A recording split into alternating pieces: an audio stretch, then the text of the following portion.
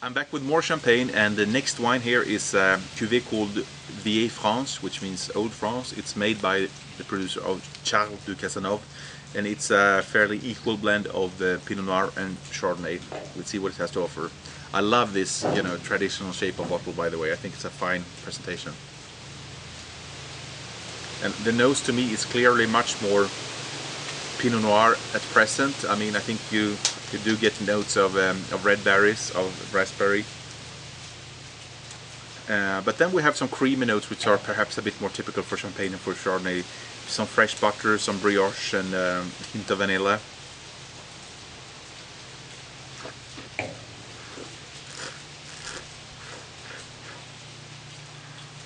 It pleases me on the palate. I think it's a harmonious and well-made blend with good texture and quite generous fruit.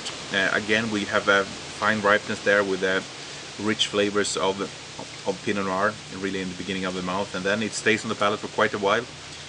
I would say quite long finish with a bit more finesse on the finish, a bit more of those Chardonnay notes, which is giving that hint of minerality and a very gentle touch of roasted nuts.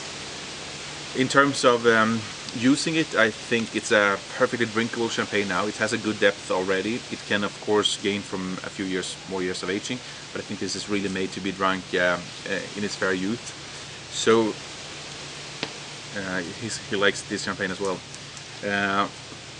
In terms of food, I would love to pair this with something a bit more. I think it's a bit rich for just shellfish or oysters or anything in that direction. I would go for veal, or I would go for chicken. Why not creamy chicken with mushrooms, poulet à la crème, anything like that. So a good result from du Cazanove Vieille France.